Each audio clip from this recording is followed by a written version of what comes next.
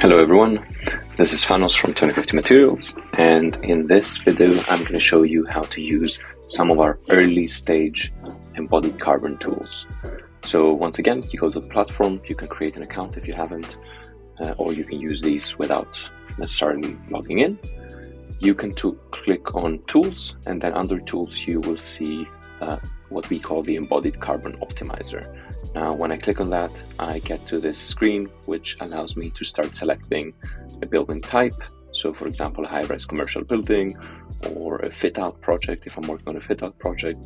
And there's a few typologies you'll see here. So from commercial to industrial to residential buildings. Now, for this example, I'm going to pick a high-rise residential building and I'm going to generate one of these dashboards. Now, this is something that it's a dashboard which essentially pre-calculates the embodied carbon emissions of the typology you've selected. So in this case, high-rise residential. And what you'll see here is it shows the carbon footprint in life cycle stages A1 to A3 per meter squared of project, of building in this case. It compares this to an average building. Generally, averages are European averages, although you can use this tool in other areas as well to get a feeling of the impacts. And then it also translates this footprint into what we call a warming potential. So this is something we've developed at 2050 Materials.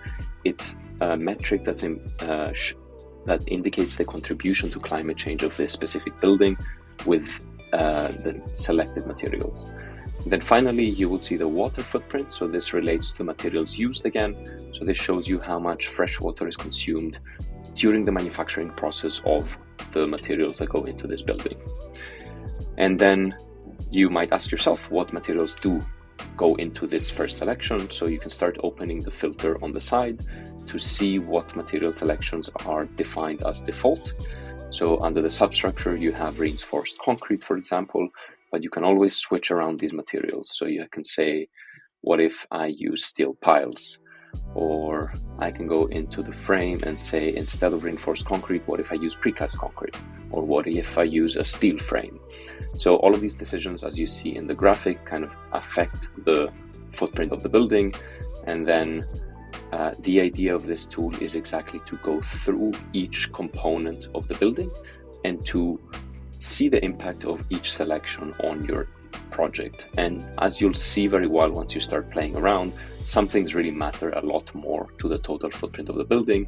So for example, changing my cladding in this specific case does not have an enormous impact on my project, but changing the frame from a steel frame to reinforced concrete or to precast concrete can have massive impact.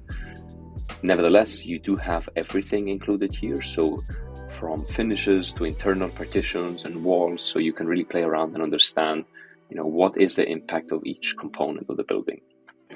Now, besides this first dashboard that I'm showing here, you can also scroll down and see the actual impact of each of the materials selected. So if I open the frame again and I choose reinforced concrete, you see the second bar change. And then the middle bar indicates what the average of the default selection is there.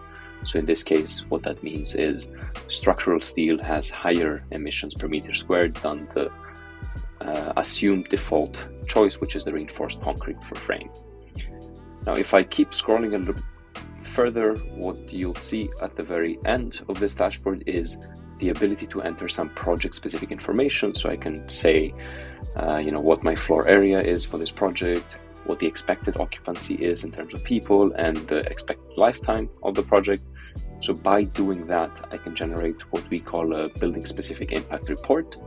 And this is essentially the same data that you've seen above, but in a format that you can then export them and have some basic scenario evaluation. So you can say, for a building of X meters squared, in this case 13,000 meters squared, my total footprint would be this much. Per meter squared per year would be 13.5, and then per person per year it would be 1.97. Now all of this is exportable in a PDF, so you can always click the button here. Now if I go back to the selection of tools, you'll see that beside the building level tools that I've shown, we also have started introducing systems. So systems are essentially assemblies, and if you know a little bit about 2050 materials work, you'll see that we do a lot of talking and blog writing around assemblies. We think it's a core part of the solution of climate change, providing these pre-calculated components for the design industry.